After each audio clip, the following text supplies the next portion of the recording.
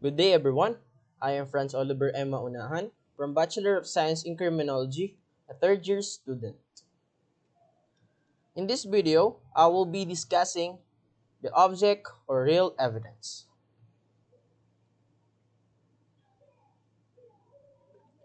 Object as evidence.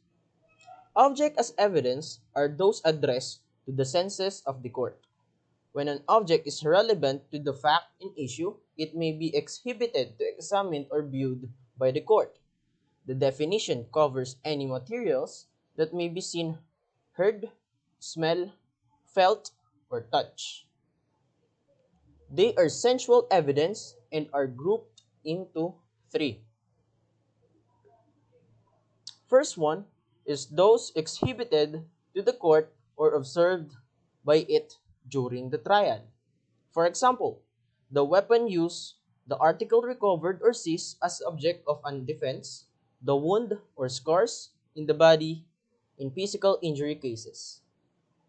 Second one, we have those which consist of the results of inspection or things or places conducted by the court outside the court. This is also called the ocular on-site inspection. For example, inspection of the crime scene for the object which cannot be brought to the court observation can be made by the parties through pictures and other representations such as sketches and measures. And last, we have those which consist of the result of experiments, demonstrations, which may be scientific tests or experiments or physical tests or demonstration provided the conduct of experiments or tests is subject to the discretion of the court.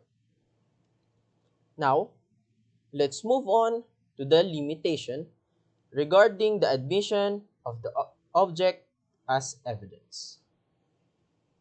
First limitation is that the admission not cause undue prejudice to the court. Next, the admission is subject to the demands of the decency and propriety unless the admission is extremely necessary. For example, the exhibition of the private parts of the sex cases are generally not allowed. However, where the accused is an old man, the court, in its discretion, may allow the old man to show his private parts to prove he is incapable of committing the crime.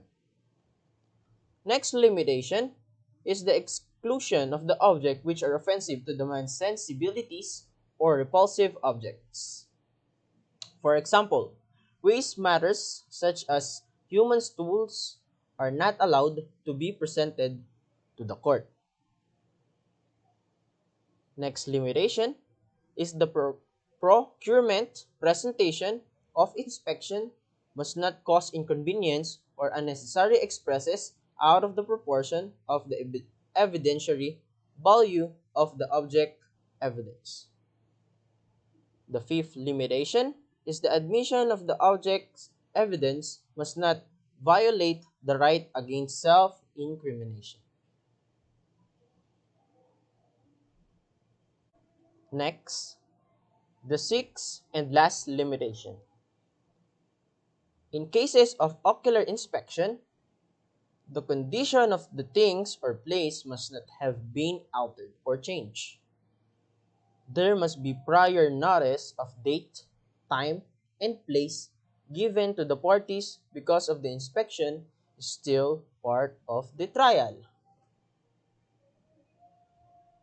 Now, we are moving on to the necessity of presentation of object in court. The best proof that an object exists is to present it by the court or to the court. What are then the instances when the presentation is not necessary? So, first one, where the existence of the object is not the very fact in issue, but is merely a collateral fact or are merely used as reference.